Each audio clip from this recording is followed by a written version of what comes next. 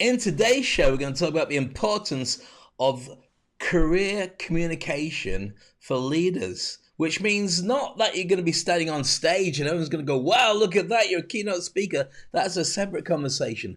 I'm talking about what everybody does in the work environment to be able to communicate, to be able to show people that they are one day going to be a supervisor, going to be a manager, and be a leader. How do you build that up? What skills do you need? And how do you make that happen for your team?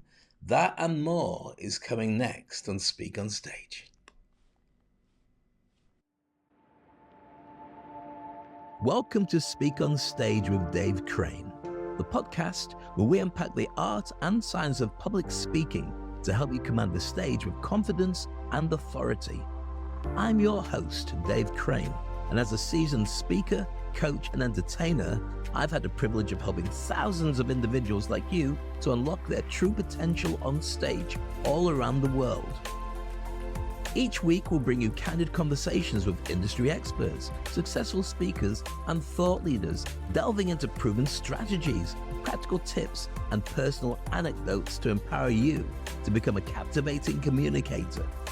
So whether you're a seasoned pro looking to refine your skills, or a beginner taking your first steps onto the stage, this podcast is your go-to resource for mastering the craft of public speaking. So grab your notepad, open your mind, and get ready to amplify your impact as we embark on this journey together. Welcome to Speak on Stage with Dave Crane. Together, let's jump and grow wings on the way down.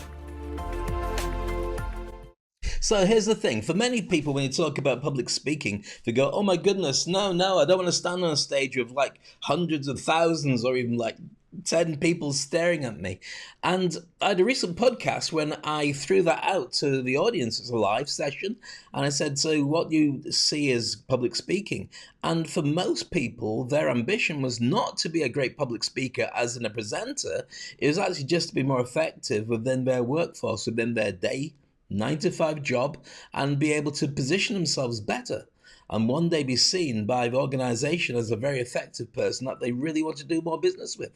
And so with that in mind, that's why I put together today's session. So it's really about how to look at career communication. What skills do you need to be positioned as a leader?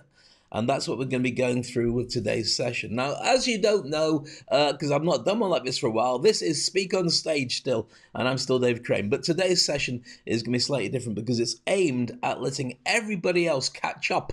Why is that? Because they don't need to be at the top of the food chain. You just need to be seen as the best in your class, in your office, and somebody who the bosses turn around and say, you know what, that's somebody we really want to work with.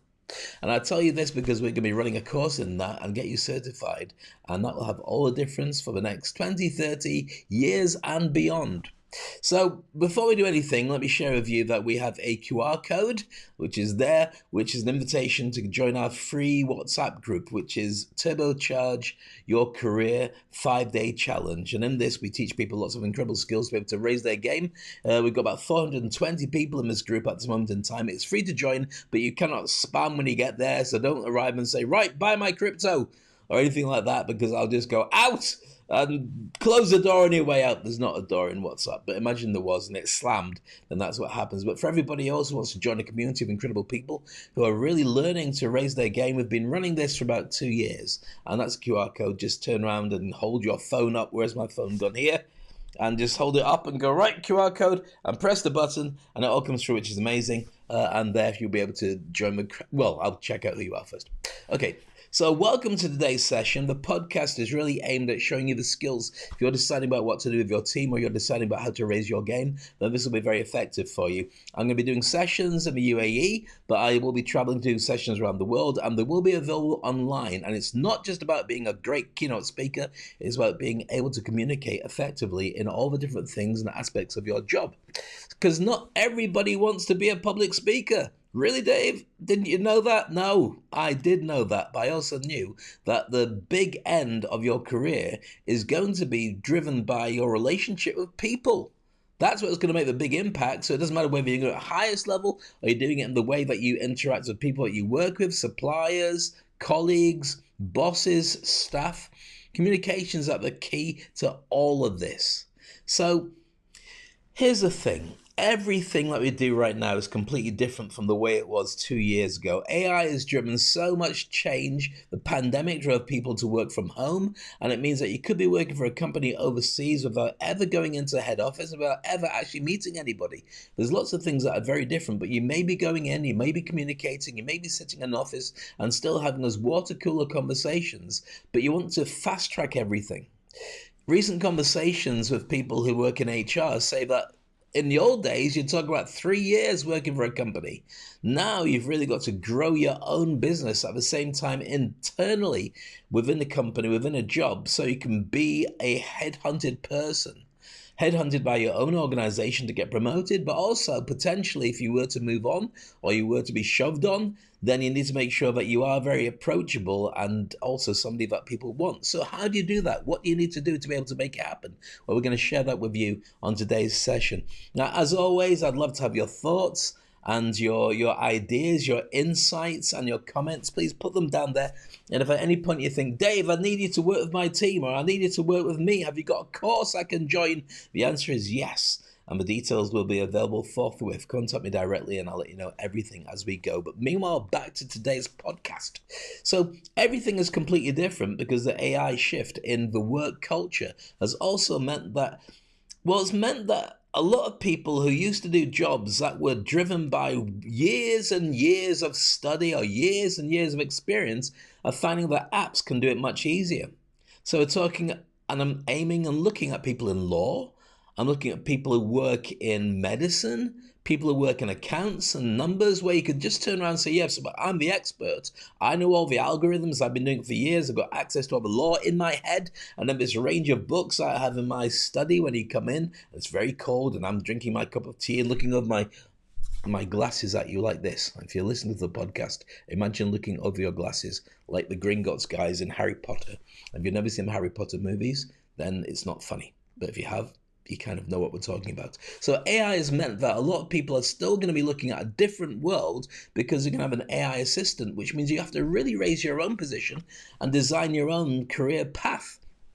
Nobody's going to hand it to you, and it's changing all the time, just like Indiana Jones, another movie I'm talking about. Do you remember that scene where he's trying to get out when he's got the Holy Grail or the Golden Grail, whatever it is, he's got this thing, maybe it's like a little monkey, and he's running along and trying to avoid all the boulders and darts being thrown? That is now what a career path is if you're getting a job as one of the Raiders of the Lost Ark. Alternatively, you already probably received this kind of impression in your own career that the goalposts keep moving and everything's shifting and markets are altering. And you're just wondering, well, what do I need to fall back on? What do I need to do to stay in it? Now, at this stage, we're not talking necessarily about age, because if you're 50 plus, there's another conversation to be had with you about starting a side hustle and concentrating on growing your own business alongside your normal wage paying business. What I'm talking about is anybody who's thinking, I really want to get up the food chain faster. I want to be able to get noticed enough to be a supervisor, or I want to be promoted, or I want to be able to stay where I am and have more people working with me and respecting me, or I want to be able to communicate better when I go to networking meetings or when I travel overseas, or maybe I want to jump up to being management or in a certain position in management and I'm not being respected enough. All the things that go into designing your career path, we're going to help you with some of those skills in today's show, but at least show you what you need to be doing. So the bottom line is, to be anywhere, to be hired by anyone, doesn't matter what your job is, you've got to prove that you've got trust and credibility. If you don't have trust and credibility and the certainty that when somebody hires you, works with you, or talks to you, that you can deliver, people end up saying, right, why am I working with you? Why don't I just get somebody else? So what does that entail? That means creating something very special. That means creating a position in what you do that people have no choice but to work with you. That also means creating a brand around you. We'll talk about that a little bit more. A brand internally at work, really? So I don't need to go on Facebook? No, you don't, but you do need to do something really effective. Now, when you're building your career, the big question that everyone's asking is, I'm working on it, but what could go wrong? Well, the truth is lots, and you've probably experienced that. Every single day at work could be like a minefield of putting your foot in the wrong stuff, or that could be a cow field, depending on where you work. But the bottom line is still this: You might never know what you did wrong. You could have said the wrong thing to somebody. You could have had a joke with somebody who doesn't like the jokes. Or you could have been saying, I'm not bothered. I'm perfectly happy where I am. Just when the management are looking to promote somebody else and you've taken yourself out of the equation. So how do you bypass that challenge? And even more, if you are working in HR and you want to create a super group of Avengers across all your different departments, but you know that they just go to work and maybe log off and go home again, you're thinking, how do I promote them when I don't even see them? Well, this will really help you to be able to consider that. You have to manage your brand whilst working. That means that as you go about your daily life, you have to be able to get people to turn around and say, that's somebody who I value. That's somebody that we need to work with. That's somebody that I hope is with this company for a very long time, because by retaining them, it means that we all raise our game at the same time. You may have seen this in sports, in football or rugby or whatever it is that you watch, American football. They have an MVP, most valuable player, and they want to make sure that that person stays with the organization as much as possible. There's actually a twist in that. The twist in that is that if everybody is raising their game at the same time, you don't actually need an MVP. But it's nice to be that person because, of course, then you've got more options about what you do next and where you go. So you've got to manage your brand whilst you're working within that job. Now, what are the challenges of doing that? Well, first of all, if you go me too much, people will say, don't do that. You should be quiet because you've got a job to do, and so on. You need to be careful, especially when you're managing how you do that on social media. Step too far out and people say, right, don't talk about that. You represent the company if you're talking about yourself. But there are ways of fixing this. Like, for instance, if you go on social media, LinkedIn and so on, and talk about how great your company is and share some things about how you are growing your industry and doing incredible stuff and winning awards and making a difference, the company will only say well done. But what do? They also notice you at the same time. Insight? Yes, thank you, Dave. My pleasure. So let's go on to managing your brand whilst you're working. And remember this, your personal brand is what people say when you leave the room. So your personal brand isn't necessarily something you go out there and say, look, my t-shirt says I'm the best. It's when you walk out after you're doing your normal job, people say, you know what, that person is really the best. So how do you create that? How do you get everyone to warm to you and want to work with you? Well, let's just look at a couple of areas that you can concentrate.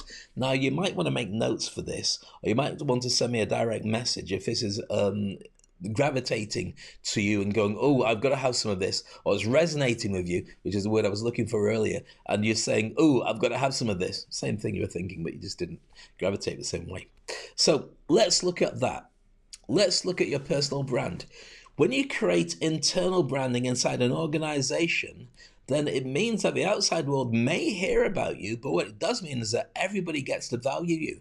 Now, here's the thing. If you start blowing your own trumpet too much, people turn around and go, oh, goodness me, that's too much. They're too loud, they're too full of themselves, I don't want to play with them. So how do you do it? Well, here's a little secret I'll share with you. In fact, I'll share this secret by sharing with you the formula for being paid. The formula for being paid is this.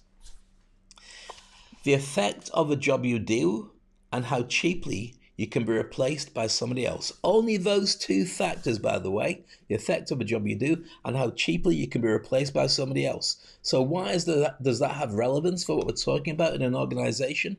Well, the most powerful person in any organization is the one who's the most flexible and gets on with the most people. Think about that. Anybody can come to you and ask you a question and you give them an answer, or the answer might not be the one that they want to hear, but it might be, you know what, I don't know the answer to that. If you talk to John in accounts, he'll be able to help you because he knows everything about it. But you are connected to everybody, which means that when you need something to be done, everybody turns around and says yes. Why? Because you've created a relationship with them. Does that make sense? That's what makes you the most powerful person, because you've created a network. And we'll be talking about networks in more depth in a moment. So let's look at that importance of creating that network. Your internal branding is that your network is your net worth. I've heard that phrase many times before. You might have as well. And it's not quite so true when it comes to monetizing, but it is definitely true when it comes to the fact if you know people, and then you can create relationships with them, which will come back and pay back dividends for you later on. It could be that if you're an entrepreneur, then you're looking at, joint venture broking. That's a great opportunity.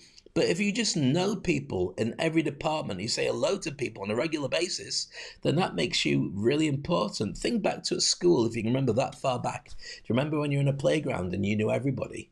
And people would say, well, you never get picked on by anybody and you can sit and talk to anybody all the time. How do you do that? It's because you made the effort to go and connect and resonate with people on the stuff that they want to talk about.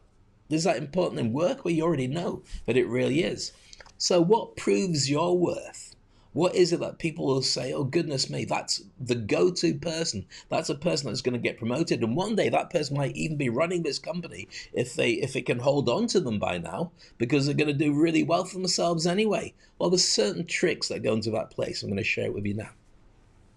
Basically, when we're talking about AI, and all the difference it's making to the world, you've got to increase your human skills, your humanity, which sounds really weird. A couple of years ago it sounded really weird, but it makes more sense than ever before, because we all like the idea of talking to our AI version of ourselves or interacting with an app. But what about talking to a real person?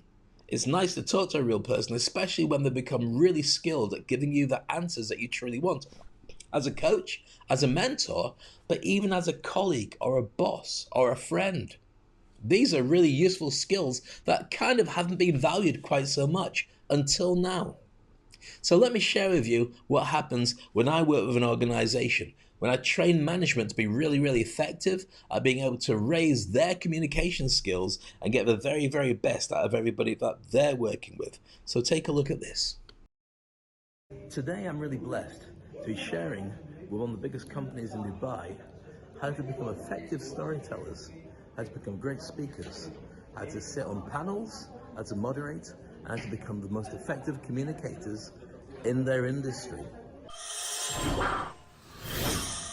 Who wants to go first? Good afternoon, everyone. Good afternoon. We decided what's good about these businesses and how do we communicate it. Oh, don't remind me, Dada. It's been a disaster, to be honest. We had a situation which I would like to share with you, a story about Mark. So we looked at what do the brands have in common that are good. Okay, well, they had very good people working for them. We had innovative product, and we had a relatively loyal customer.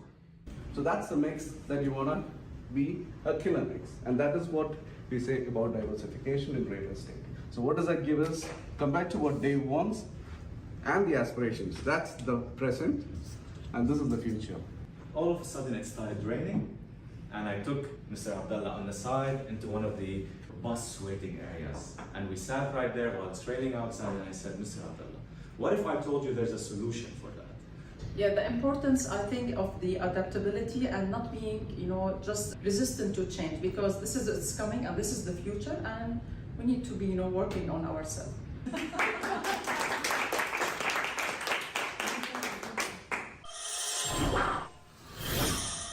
Hi, my name is Hala Kabara. I'm Head of Talent Development at AW Rustomani. My name is John Knight. I'm the director of AW Rustomani Lifestyle. I'm Manish. I'm working as Group Head of Tax with AW Rustomani. Hey, my name is Maya. I'm the HR business partner working in AWR. My name's Andrew, Head of Finance for Ventures at AW Rustomani. Today, the session was very insightful, eye-opener. I think today's session was really excellent. Thank you for showing me how to incorporate storytelling into my public speaking. I would like to thank you so much, Dave, for all these insightful and super powerful advices you have given us on how to do, executive public speaking. And the best takeaway was how to draw a roadmap strategy on how you tell a story. Thanks for an amazing session, Dave. Jump and grow wings on the way down. I'll never forget that. Thanks for an amazing day under your coaching. I think some of the key attributes takeaways for me was stage presence. When we talk about public speaking as conversation, and it's two ways communication between the speaker and the audience. Dealing with nerves when talking to a large audience. I learned more effectively how to translate ideas and thoughts to the larger audience. And the framework in terms of storytelling throughout your presentation. How I can manage any kind of presentations. Which really make it really amazing how you can make it easy between you and the challenge of speaking in front of many audience. Definitely, I would recommend session with Dave to other people. Thank you, Dave. It was amazing. Cheers, Dave. Thank you very much. I can't recommend it highly enough. Can't wait to look forward to working with you in the future. Thank you. Thank you.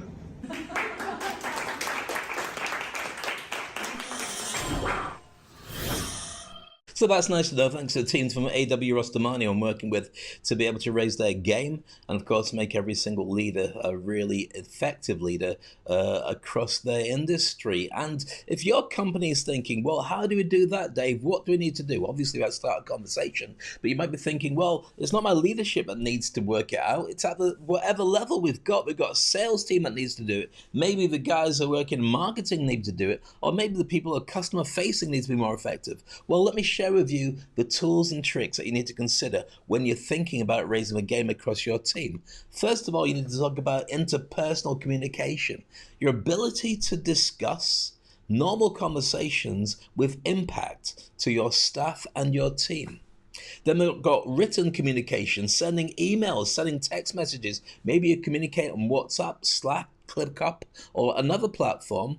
Whatever you send could be held against you, or it could be insightful, and it could be really useful for people to be able to read it the right way. So it's not just a throwaway line. What you write has power.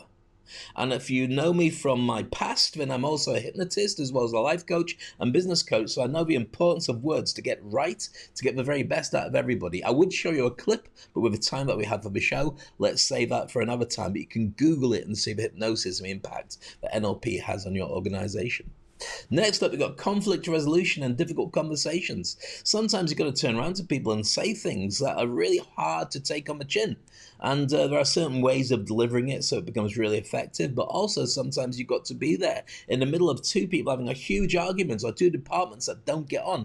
How do you make it work so everybody not only gets on better, but you get a better result because you're now working together on the same team? That's a very important and effective part of your ability to communicate as a leader or as anybody who's on their way up in an organization. Then we're going to look at your team communication and motivation. Being a leader doesn't just mean that you've got to communicate with your team. It means they've got to communicate with each other, but you also have to make sure that they're all positive and motivated. And how often do you need to motivate them? That it's like washing or eating. You have to do it every single day, at least several times a day, to make sure that everyone stays at peak performance. If you let it lapse or you ignore it or trust it to happen for itself, then by the time that you actually realize that there is a problem, you realize that the problem's gone so far, it's been doing damage to your organization, and maybe that's only when people leave. So you have to stay on top of it, and there's a skill to be able to doing that really effective. Then you've got negotiation and influence. Whenever you talk to people internally or externally, you want to be able to make sure that they do what you want them to do. But also you need to do that with a positive, constructive way of getting that message across. So negotiations should be done in a way that everyone feels comfortable because you're on the same team effectively, or at least you should be that. But you also want to make sure that when you do want to get things across to people, you've created enough emotional points in the bag with them already that when you do have a conversation and need something, they say, yeah, no problem. You just need to ask, and I'm there for you. Crisis and change communication. When you've got a crisis that hits you or hits the organization, you've got to really step up. Maybe something's happened that's gone wrong. Maybe you've lost a major client, or maybe you need to adapt. Those things need words and planning, and you need to be able to break them out to the market and have a signature message that really affects everybody at the same time. That needs to be done right. Otherwise, it could cost you a lot of money and some team members and maybe a ton of kudos in the market. Then, as always, you've got to talk to different departments and different functions and make sure the communications work with people that are very, very different from you. Now, you may have experienced this already. Talking from a sales point of view is very different from talking from an accountant's point of view or from human resources or even R&D. Everyone has their own agenda. Everyone's got a budget that they've got to play with, and some people are more into people like HR, and the sales are into the bottom line. But how do you make sure that everybody's on the same page?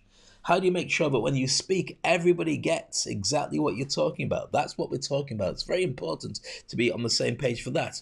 Then you've got presentation skills. Not just talking on a big stage like I do, but talking to small groups, which means you've got to be able to empower everybody to feel that they're an equal part of that conversation.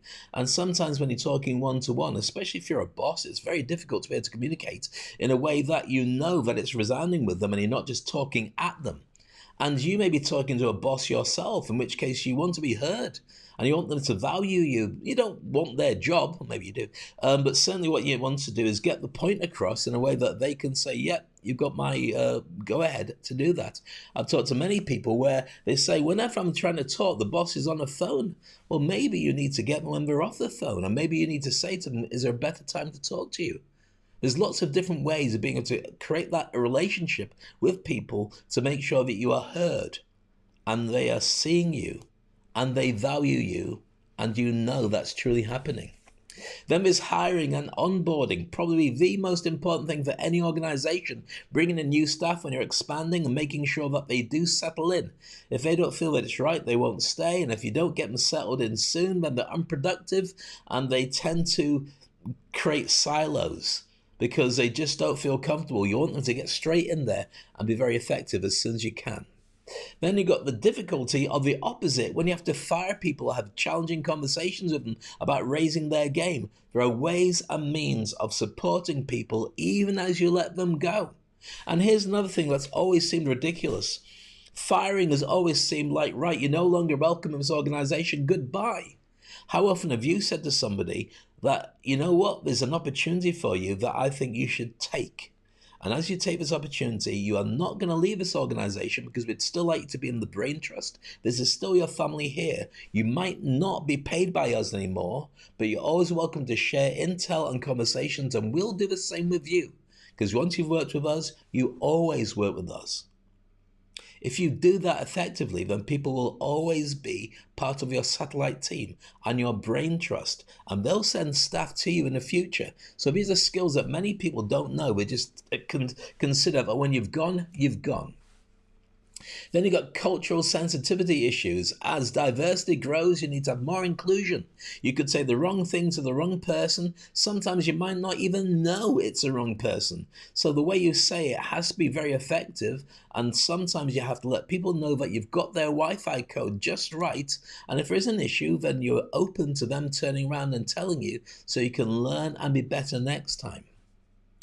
Part of that is problem solving and decision making. If you can get the team to make the decision, there's a better chance of them being programmed to take ownership of it. But if you just tell them this is what we're going to do, and they're really upset because that's not what they wanted to do, they may drag their heels or even hijack it, not deliberately, but just because they don't put in the same amount of effort as you want them to. You might be running a company, it might be your company, or you might be a decision maker in that process. If they don't feel empowered to do so, they won't. They'll go to work and they'll go home, and they'll forget about it until they next have to be in your office. You want them to feel part of a solution, not just somebody who's there to fix the problem. So sales and communication skills are essential when you want to close deals. That's making money, that's growing your ROI and giving benefits and value to your industry. So lots of people want to work with you, and your reputation spreads across the whole industry. Everybody needs to do a sale, whether you're selling a product or an idea or an insight, or even to a colleague that you should go for lunch. It's a sale, in fact, and most contracts and transactions are fumbled by people because they don't really know what they're doing. That's why it's so important to get this correct. So we teach people communication skills, how to sell and close deals really well. And last but not least, how to network effectively. You need to be able to go out there and create relationships across the industry. You never know when you need to get a job from somebody or hire somebody or even get some insight into what's happening in the industry or in your country, and you want it from somebody who might not be in the same organization but trusts you enough to say, look, this is just off the record, but let me help you with this. Most people don't even ask for help, but when you know that and you go along to a networking event, that networking event can be so much more productive rather than just standing there holding a glass of orange juice or a cup of tea and waiting to go home. If you know how to introduce yourself to somebody, to create a relationship with somebody immediately so they then warm to you and want to work with you, As I mentioned before, the most powerful person in any group is the one that's most flexible and gets on with the most people. This is a perfect way to be able to do it at any meetup, any conference, or even internally in your own organization. So let's look at how this all comes together. Here's a little sample of one of my coaching groups. I'll let it run for a little while so you can see what it's like when you do actually work with me and send your team in to see how to do all these skills and how to answer impossible questions when you're on a stage and people are saying, you know what, let's test them out. Right, if you're being asked a difficult question by somebody from the audience, the odds are that person's asking you a question maybe because they want to know the answer, but it could be because they feel left out because they're not important, you're on stage and they're not. It could be they want to impress everybody in the room by suddenly showing up on radars as asking great questions. They might have their boss next to them, so they want to justify, you know what, I should get promotion because I really know my stuff. It could be a load of these things that have nothing to do with you at all, but you're the keynote speaker. So, if somebody's asking you a question for that reason and you don't know the answer, what do you do? What do you think? Like, you can answer them, what do you think? I've done this with you before. Okay, yeah, first thing you can do, well, actually not the first thing.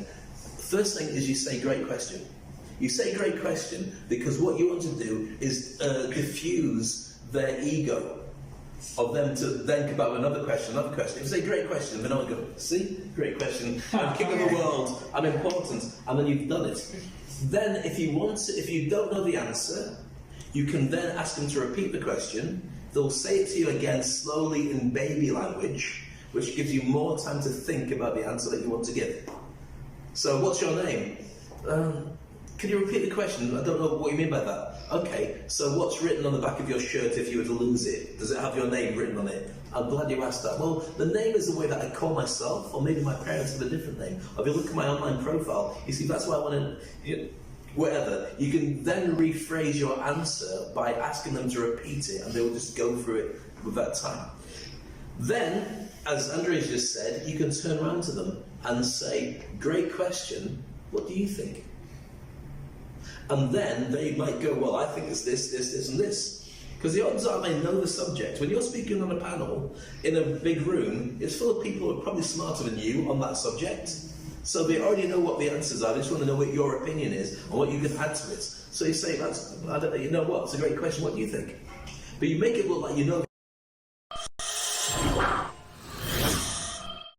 Haha! You wanted to know more, didn't you? But I wasn't going to tell you. So let's get back to it. This is what I do with groups, with management teams, with supervisors. I get everyone to a level where they turn around. I mean, know the skill sets that they need on every single level. So what we're talking about, let me share this with you again, just in case you missed it first time round. So first of all, let's take the first one, interpersonal communication skills. Then you've got written communication. Then your ability to have conflict resolution and hold difficult conversations with people when it becomes a bit tender, but you've got to get it right. Then team communication and motivation, getting them all going. Negotiation and also the influence that you need to have. If you're wondering what all these are, by the way, just go back to the beginning of a show. I go through everything in detail, or rewind to the beginning of a podcast. Does anybody ever rewind again?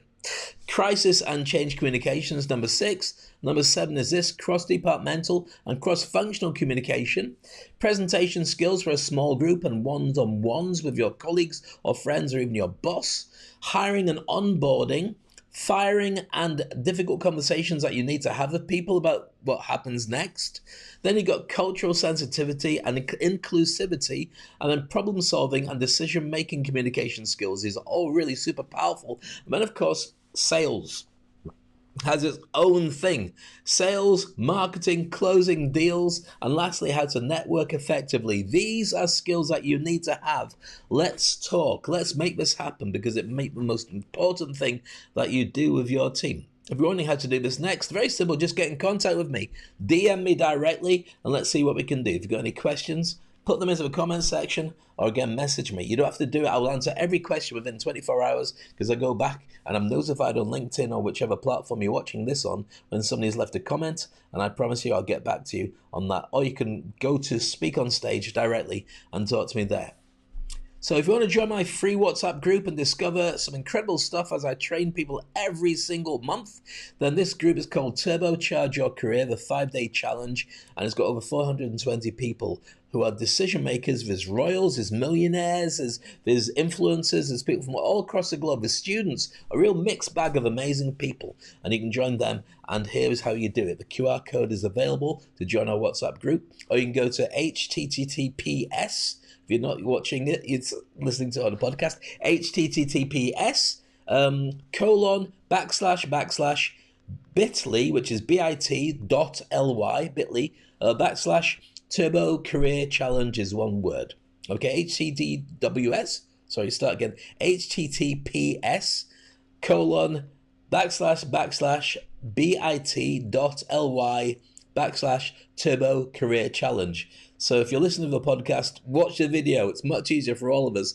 And as long as you're not spamming anybody, then you're very welcome to join that group for free and learn as much as you possibly can.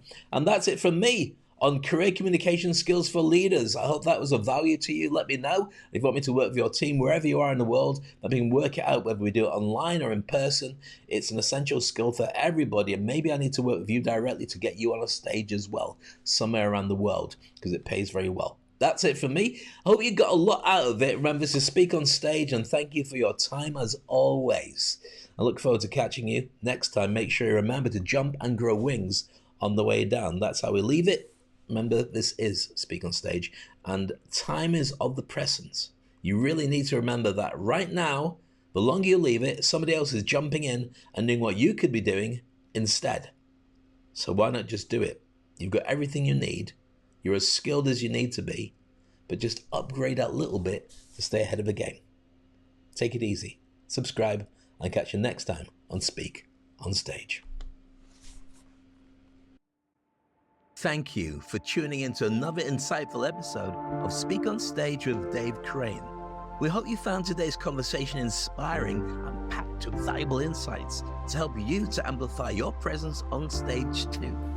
And if you enjoyed this episode, please subscribe to the podcast on your favorite platform and leave us a review. Your feedback helps us improve and reach more aspiring speakers just like yourself. Remember, the stage is your platform to shine, and with the right tools and mindset, you can captivate any audience anywhere. So keep honing your craft, refining your message, and never shy away from the spotlight. Stay tuned for our next episode, where we'll dive even deeper into the world of public speaking and performance. Until then, keep speaking, keep shining, and keep making an impact. This is Dave Crane signing off. See you next time on Speak on Stage.